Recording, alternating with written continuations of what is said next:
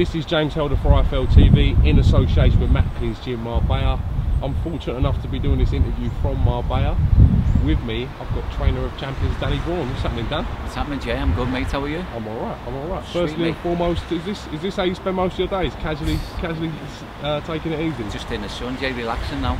I've been in the track with all the boys this morning at 8 o'clock. Come back to relax, train myself, and we're back in at 4 o'clock to do some pad work in the circuit. Can you describe what the lifestyle is like for the boxers out here? Because obviously from where we're looking, it seems like it's a kind of a fun way to live, but it's far from that, isn't it? No, I mean, obviously you've got the perks, you've got the sun and things like that, but you know, they're over here to do a job, James, you know, and we work really, really hard. I mean, you probably train harder here than you do at home, do you know what I mean? But you know, we're in the gym every day. I mean, there's not a hard day every day. We're on the track Monday, Wednesday, Friday, pads, sparring, brilliant. So as we know, everything at the moment now is leading up to October 25th at the Liverpool Echo Arena. DERRY Matthews taking on Adam DINGSDALE in what looks to be a cracking scrap. Can you talk to me a little bit about that? Yeah, I mean, we've done everything we supposed to be. There's been no stone unturned for us. Now DERRY is absolutely bang on, so there'll be no excuses from us. But DINGSDALE's going to be a very, very tough fight, Jay. I mean, no one knows much about the kid, but I've seen him a couple of times. He's very, very tough. He won't be underestimated by us, which he hasn't been. I mean, every fight we take, we're professional, you know, we go over everything, we'll watch the kid, we've been watching him for weeks, we know his weaknesses and his strengths, so come fight night, I'm expecting a crack at me, like. DERRY Matthews and Adam DINGSDALE both suffering defeats to Steve Ormond. Yeah. DINGSDALE losing by a point in a very close fight. I watched that one, yeah. What do you learn from that fight that you take away and maybe put into DERRY's head? From DINGSDALE, you mean? From DINGSDALE, yeah. I mean, the kid gave all he's got that night. It was a very, very close fight. He shows that he's got plenty of heart. He's a come-forward fighter. He can box a bit as well.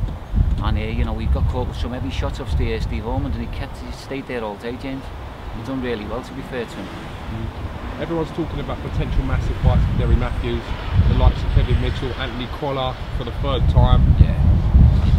Does he run the case of maybe overlooking things? Well, this is your problem, what you've got. I mean, people on this Twitter and this things, I mean, they're talking about fights with Mitchell, Crolla and all that. I just take every fight that it comes. I will not be underestimating this kid at all. This kid, it's a good final for this kid, so, you know, it's a massive fight for him, and also us. I mean, if we slip up here, it's all over to DERRY, really, isn't it, James? You know, there's nowhere to go, really. So I don't look, listen, you know, everywhere I go, it's when you're fighting Mitchell, when you're fighting Mitchell, when you're fighting Crolla. We're just looking on DINGSDALE, and that's the end of it for me. How motivated is DERRY Matthews at this stage in his career? Really motivated. I mean, I think he's gone back to where he was, say, a couple of years ago. He's got the hunger back again. You know, he knows what's at stake. He knows the big fights are there for him. But he's got to go and produce the goods on the 25th of October, in November. Been fantastic at domestic level, DERRY Matthews. Has he got aspirations to challenge at a higher level, even at the age he is now? Definitely, Jay. Definitely got it. I mean, he's got to get this one out the way. I mean, they're saying Mitchell's and this and that. I mean, if he does fight Mitchell or Crolla, I mean, it's the winner should go and fight for the world title, in my opinion. I mean, that's the three of them. I don't think any of them deserve it. They could fight each other, and then maybe the winner bomb on. Let's talk a little bit about some of the other kids you train. Ian Butcher? Yeah, I've got Ian Butcher from Glasgow. Little flyweight. In my opinion, he's the best flyweight in the country, James. Seen a lot of people ranting about him. He's naturally very talented. Oh, I've worked with so many kids over the years, top draw kids, and this kid is very, very talented. He's a workaholic in the gym. He lives a good life outside the gym. He wants to be a champion, and in the next 18 months is going to be massive for him. Talk about a new acquisition from himself. Some of the old guard, you know, spending a bit of time with Peter McDonough. The looks Cinderella like he's man. Been electrocuted by a train line at the moment. The Cinderella man. Talk to me a little bit about Peter. We're all working together in MGM. We're all here.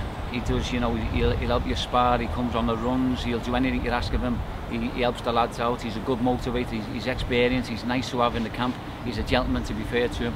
Bit of a crank as well, you know, but I'm helping him out. See, he's come with me now. I mean, he's with Shay and all that. We're all together, but I'm spending more time with him.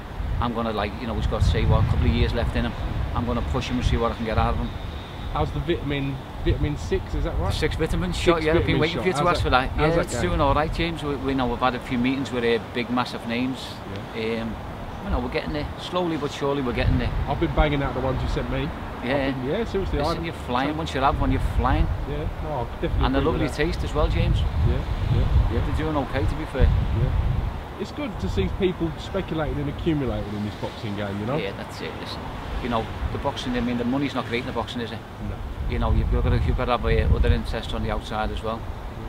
Yeah, indeed. How long now will you be in Marbella for Derry's camp before you go back to We're going to go back on Friday, me and Derry. Friday, and then I'll go to Glasgow, back home to Glasgow, back down to Liverpool Monday. Would that be for the open workouts? I'll be there, yeah. I'll be there for the week before the fight.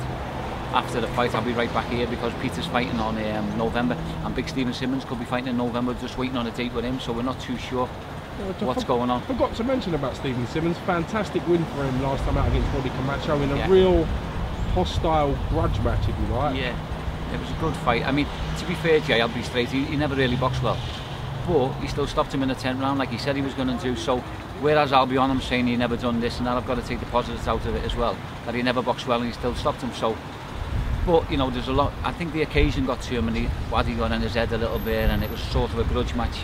You know, you haven't seen the best of Big Simmons just yet. What was a harder fight for him, in your opinion, Graf or Roddy Camacho? I'd say the Graf fight. The Graf fight. Mentally, He's a scary Camacho. man to look at, Graf, isn't he? Yeah, not half. I mean, where they got him from, I don't know. He was like the fella off Rocky, wasn't he? What's his name? He's a scary fella. Yeah, he was like him, yeah. He's a scary fella. But it's a big year for Big Simmons next year. He's going to Spar Bellew next week. I spoke to Dave Colwell yesterday, so he's going there for a week to help Big Tony out, so that's a good experience for him too. It's good that Eddie seems to be putting some of the Scottish lads on the cards. We saw a few of the lads fighting on the Leeds card the other day. Yeah. Well, Simmons was on that. Was he? Boxed, he's done a 6-rounder against a kid named Courtney Richards from Cardiff or Newport. I mean, he was a tough kid. We just got the 6th round under our belt to warm up, and we're ready for bigger and better things with him now. I think he should be bombing on next year now. He's 30 years of age. There's no use hanging around anymore. He's ready for all these big names. Do you think he's quite a young 30?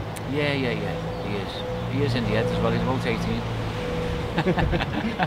He won't mind me saying that neither. Every time I see him, he just seems loved up. He's like the most loved up fella I've ever come across. Him and his wife are just in a little fishbowl, aren't he? Yeah. Good luck to him. Alright, well listen, I appreciate you giving me a bit of time today. We'll see you for the build up from probably Wednesday. We'll be in Liverpool onwards. Yeah, I'll see you down there, yeah. And, I look forward to a great contest between Derry and Dingsdale. That's it, may the best man win, James. Top man, Dan, thank you very much. Mate, no problem.